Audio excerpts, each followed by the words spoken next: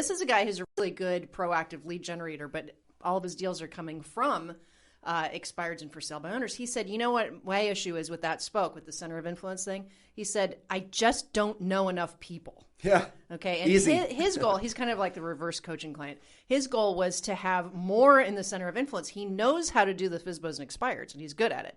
But he wants to expand that center of influence thing. And so his challenge is actively making himself get out there and do stuff because he simply doesn't know enough people. Well, again, that's a common problem a lot of people have. And, sure. and I'll tell you, with the reason that you guys have that problem is you spend too much time behind screens doing things that aren't going to actually result in you making any money. And, you know, it goes back to the essence of what you just said and where my mind's going. We need to reel it in so we focus on our last points here from the series we're doing. If there's a difference between doing, you know, being busy at work and doing the real work, right? The real work of real estate, and here's really the litmus test. When you're trying to decide whether or not you actually work today, and I love this because it really does set the bar relatively high. If you did not put yourself in a position to hear the word no at least 5 times today, you didn't work.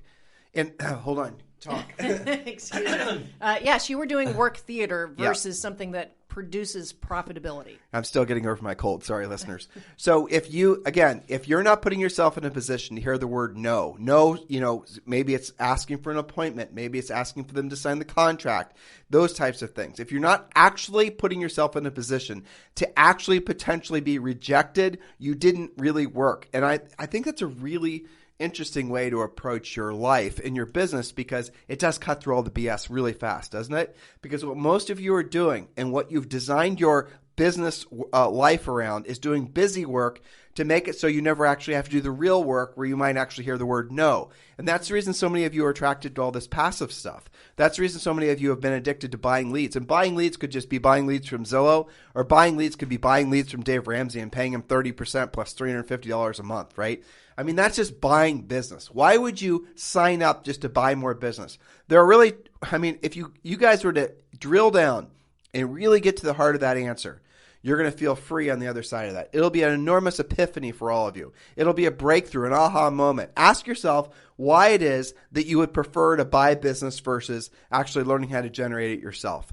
Because once you learn how to generate it yourself, then you're going to be able to do it on demand. How would it feel to you if you woke up every single day and you knew that particular day you could set a pre-qualified listing appointment and you did that every single day that you chose to? That's a superpower is what it is. It is. Mean, it's freeing to know that, and to know that not just where you are right now, but if you have to move. You know, a lot of our coaching clients, their spouses got relocated with their business. Yep. And they got relicensed in a new state, and because they know how to proactively lead generate, they don't lose any time.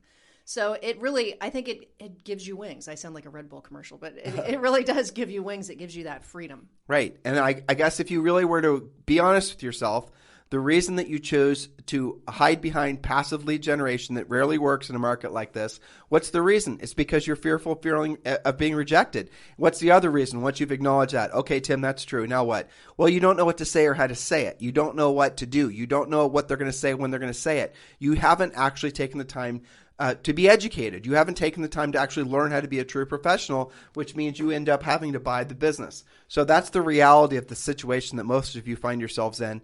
And it's only going to get worse for those of you who do not know how to proactively